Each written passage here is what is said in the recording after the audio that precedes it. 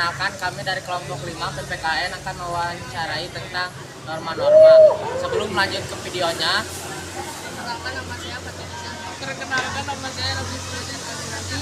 perkenalkan saya Rizky Ramadan. Perkenalkan nama saya Nurfasita Isaya. Perkenalkan nama saya Khaila Atika Maulani. Selamat menyaksikan. Apa definisi norma hukum dan bagaimana perannya dalam sistem hukum? Ya, kalau norma hukum sendiri kan itu adalah aturan di mana hukum itu ada ya. Jadi norma-norma hukum itu jangan sampai dilanggar oleh siapapun, karena kan kalau misalkan dilanggar oleh siapapun itu norma hukum, siapapun itu mau yang di atas, mau yang rakyat seperti kita, itu jadi berbahaya, itu saja. Yang kedua ada apa perbedaannya antara norma hukum dan norma sosial? Apa? Perbedaan norma hukum dan norma sosial. Nah, mungkin kalau norma hukum lebih ke aturan ya. Kalau norma sosial mungkin yang Bapak tahu adalah norma di mana kita berkehidupan sosial di masyarakat itu.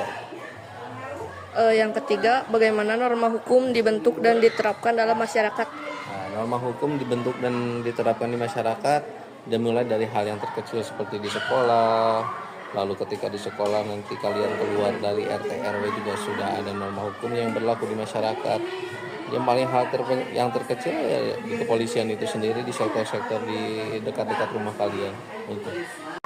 Apa sanksi yang diberikan jika norma hukum dilanggar? Ya, kalau norma hukum dilanggar sesuai dengan apa yang dilanggarnya, sanksinya kan sudah banyak sekarang ya. Misalkan sesuai dengan yang berwenang seperti jaksa, hakim, kepolisian dan lain-lain. Bagaimana norma hukum internasional berbeda dengan norma hukum nasional? Kalau norma hukum internasional biasanya itu lebih luas jangkauannya ya, di luar Indonesia. Kalau norma hukum nasional kan di negara itu kita sendiri seperti di Indonesia. Itu. Apa contoh norma hukum yang mengatur hak dan kewajiban warga negara? Ya, contohnya adalah norma hukum dalam mengungkapkan pendapat di muka umum, terus hak dan kewajiban dalam beragama yang tadi kamu sebutkan. Ya. Oke.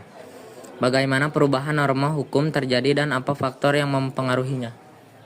Yang mempengaruhi faktor hukum itu sendiri adalah bagaimana keadaan negara atau keadaan zamannya sesuai dengan zamannya. Jadi kalau misalkan memang zaman berubah, orang-orangnya berubah, otomatis norma hukum juga harus dirubah. Karena kan setiap tahun, setiap bulan keadaan suatu negara kan berbeda-beda ya. Ya, Pak. Itu menjadi faktor. Oke.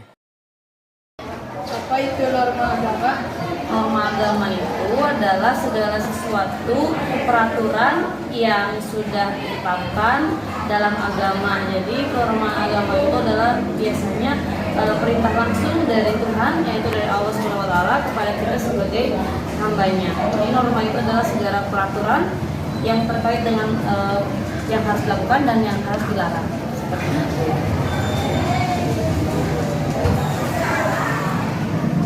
Bagaimana norma agama mempengaruhi kehidupan sehari-hari? Norma agama itu sangat berpengaruh dalam kehidupan sehari-hari. Segala sesuatunya itu sudah diatur oleh norma agama. Jadi segala sesuatu yang kita lakukan itu ada aturannya, tidak asal-asalan. Jadi sangat berpengaruh dalam kehidupan sehari-hari. Kalau misalkan kita asal-asalan melaksanakan kehidupan sehari-hari, maka kita akan menjadi kacau, tidak akan teratur. Jadi sangat berpengaruh sekali. Dan kalau ditinggalkan, norma agama itu akan menjadi ambiar untuk kita lanjut.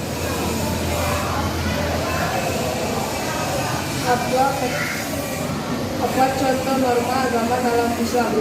Norma agama dalam Islam, contohnya itu seperti menjalankan perintah Allah, dengan melaksanakan ibadah, sholat 5 waktu, dan juga bisa dengan menjauhi yang dilarang oleh Allah, misalkan menjauhi maksiat, atau menjauhi apa yang dilarang Allah, contohnya berbuat buruk dan lain sebagainya.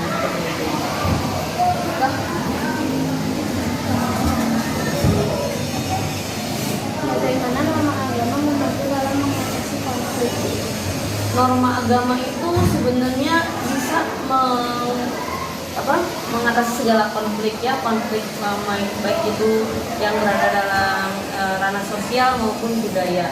Nah, karena sudah ada aturan terhadap norma agama, maka aturan-aturan tersebut bisa menjadi solusi ya. Contohnya ada konflik, misalkan ada perbedaan pendapat antara kubu A dan kubu B, maka biasanya perbedaan pendapat dalam agama itu bisa diselesaikan dengan Al-Quran dan Sunnah. Itu termasuk Al-Quran dan Sunnah itu adalah norma agama seperti itu. Jadi bisa sekali ya, bisa mengatasi segala permasalahan yang ada di masyarakat. Apa perbedaan antara norma agama dan norma sosial? Kalau norma agama itu sebenarnya lebih rinci daripada norma sosial. Kalau norma agama itu khusus untuk norma-norma yang ada di agama suatu agama. Ya, kalau sosial itu lebih luas umum. Jadi kalau sosial itu kita bisa berteman atau bisa bersinggungan dengan agama lain. Norma sosial itu bisa ditoleransi oleh beberapa agama. Tapi kalau norma agama, ketika kita membicarakan norma agama Islam ya hanya untuk orang Islam saja. Tapi ketika norma agama Kristen atau Katolik berarti untuk agama Kristen atau Katolik. Kalau sosial itu, norma sosial itu dia bisa mencakup seluruh agama, tapi tidak ada unsur-unsur keagamaan dalam norma sosial. Contohnya norma sosial itu seperti halnya dalam bermasyarakat, bagaimana kita aturannya dalam bermasyarakat, dengan berteman di sekolah dengan teman kita, bagaimana cara kita berteman, cara kita berkomunikasi dengan yang lebih tua, yang sepantar atau yang lebih muda. Itu contohnya norma sosial seperti itu. Jadi berbeda ya antara norma agama dan sosial. Kalau agama itu khusus di agama, kalau sosial itu bisa mencakup seluruh agama tapi tidak menyinggung dengan agama. Seperti itu. Bagaimana norma agama mempengaruhi hukum suatu negara? Norma agama yang pasti sangat berpengaruh di suatu negara, terutama di Indonesia. Kalau di Indonesia kan kita mayoritasnya agamanya Islam gitu ya.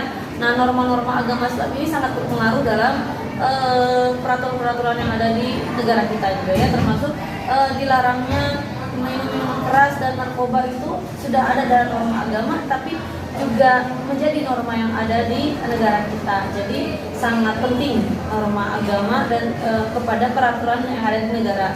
Begitu juga mungkin di agama-agama lainnya normanya mungkin pasti bisa berpengaruh atau selalu bisa menyeimbangkan peraturan negara seperti itu.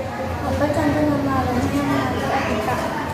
Kalau untuk norma agama yang mengatur etika, dari perintah Allah untuk menutup aurat ya. Kalau laki-laki itu dari pusar sampai lutut, kalau perempuan seluruh tubuh kecuali muka dan telapak tangan. Nah, itu mungkin norma dalam agama itu memerintahkan kita untuk menutup aurat. Kenapa? Kalau kita menjaga aurat kita bisa terhindar dari maksiat, kita bisa terhindar dari orang-orang jahat yang ingin melukai kita gitu ya. Jadi kalau kita melaksanakan norma agama yaitu menutup aurat, insya Allah kita menjaga harga diri kita, martabat kita, dan kita menjadi orang yang selalu terjaga dari aurat yang terbuka seperti itu.